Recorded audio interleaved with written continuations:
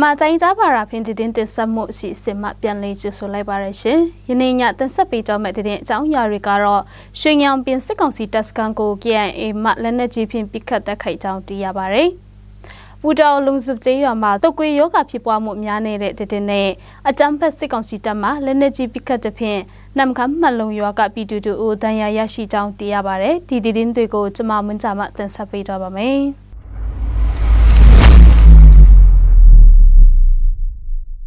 ဝိုင်းမော်မြို့နယ်ရွှေညောင်ပင်တွေတပ်ဆွဲနေရယူထားတဲ့စစ်ကောင်စီတပ်ကို KIA တပ်ကလက်နက်ကြီးများဖြင့်ပစ်ခတ်တိုက်ခိုက်ခဲ့ကြောင်းသိရပါရယ်။လက်နက်ကြီးဖြင့်ရှောင်းတခင်ဝင်ရောက်တိုက်ခိုက်လိုက်စဉ်စစ်ကောင်စီဘက်မှထိခိုက်ဒေဆုံးတာတွေရှိပြီးစစ်ကောင်စီတပ်ကအနီးပတ်ဝန်းကျင်ကိုရန်တမ်းပစ်ခတ်တာတွေလှုပ်ဆောင်ခဲ့တယ်လို့သိရပါရယ်။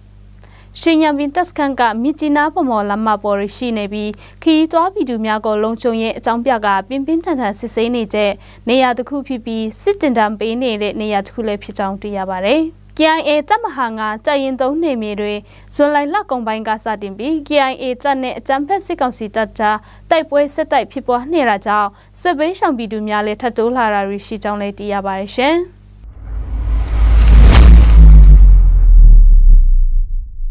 ပူတော်လုံစုံမှာတုတ်ကွေယောဂဖြစ်ပွားမှုနှုန်းများလာတဲ့အတွက်ဆေးရုံဆေးပေးခန်းတွေမှာဆေးဝါးမလုံလောက်မှုတွေဖြစ်နေတယ်လို့ဒေတာခန့်များကပြောပါရယ်။ရွာတွင်းမှာဖျားနာတဲ့သူတွေများလာပြီးဆေးရုံတွေမှာဆေးဝါးလုံလောက်မှုမရှိတဲ့အတွက်ပင်ပဆေးရုံဆေးခန်းပြဖို့ငွေကြေးကျပ်သေးတာတွေဖြစ်နေတဲ့အိမ်ထောင်စုတွေများတယ်လို့လည်းပြောပါရယ်။ယခုချိန်ပူတော်ဒေတာမှာအမီမတိဝဲယောဂနွားယောဂတွေအမျိုးမျိုးဖြစ်ပွားနေတာကြောင့်လူနာတွေအတွက်အားရှိအောင်အသားတွေချက်ပြုတ်စားတောက်နိုင်တဲ့အခြေအနေရှိတဲ့အတွက်ကိုခံအားနေတဲ့အသက်ကြီးရွယ်ဦးနဲ့ကလေးငယ်တွေနလန်ချိုဖို့ခက်ခဲနေကြောင်းလည်းသိရပါရယ်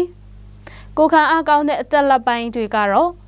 ပြန်နလန်ချိုကျမလာတာတွေရှိပေမဲ့ကလေးတွေအတွက်ကတော့အာဟာရနဲ့ဆေးဝါးတွေအရေးတကြီးလိုအပ်နေတဲ့အခြေအနေဖြစ်တယ်လို့လည်းသိရပါရယ်။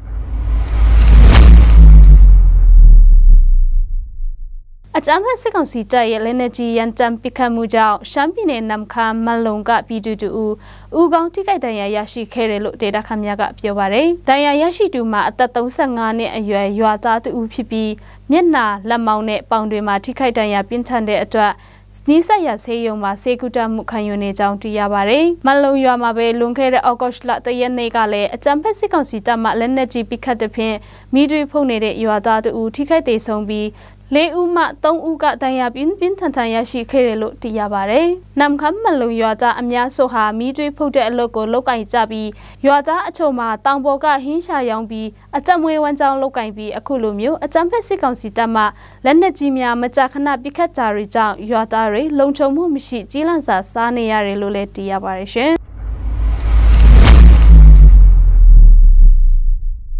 ပမာတိုင်းကြပါရာဖြင့်တင်တင်ဆက်မှုအစီအစဉ်ကိုကြည့်ရှုနာစင်တို့ပရိသတ်အပေါင်းရွှေလန်းချမ်းမြေကြပါစေရှင်။